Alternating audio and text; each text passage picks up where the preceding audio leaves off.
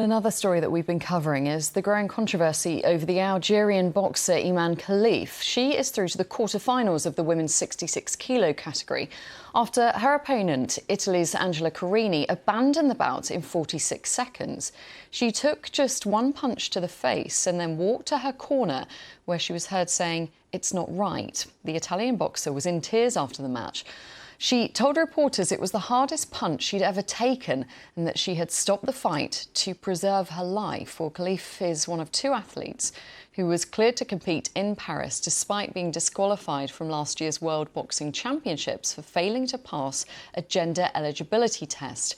Well, in the past hour, a spokesperson for the IOC has been speaking about this situation.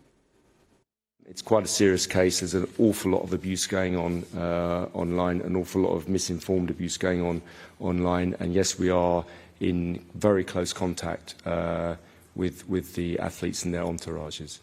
But the IOC, I think, is always trying to do a balance between inclusivity and fairness, to put it more broadly, also safety.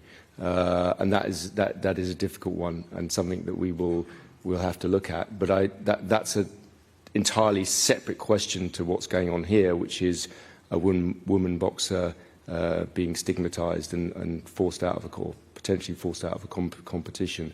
I think that's a different issue.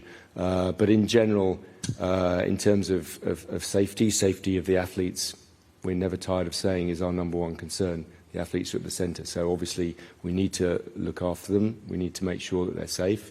And there are all sorts of safeguards, particularly in the combat sports, particularly in boxing, to make sure that that remains the case.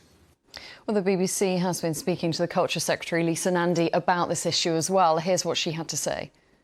And I want to get your thoughts on the boxing match yesterday between Italy and Algeria. It's being billed as very controversial, over in 46 seconds.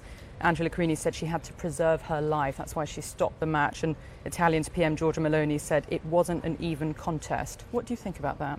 Well, it was an incredibly uncomfortable watch for the 46 seconds that it lasted. And I know that there's a lot of concern about women competitors, about whether we're getting the balance right in not just boxing, but other sports as well. The decision that successive governments have made is that these are complex decisions that should be made by sporting bodies. In this case, for example, I understand that the biological facts are far more complicated than is being presented on social media and in some of the speculation. But I think as sporting bodies try to get that balance between inclusion, fairness and safety, there is a role for government to make sure that they've got the guidance and the framework and the support to make those decisions correctly. And it's something that I'll be talking to sporting bodies about over the coming weeks and months. Well, the IOC spokesperson was asked for their response to Lisa Nandy's comments, and here's what they had to say. My views are neither here nor there. I watched it for professional reasons. I watched it. And as for Lisa Nandy's comments, again, I can't comment on how she feels or how she should feel.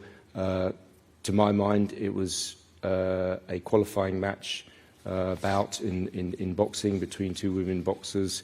If you want my actual personal view, yeah, it was very short, so there wasn't very much for me to really kind of start to follow, but it was over far too quickly for everyone concerned, I think, unfortunately.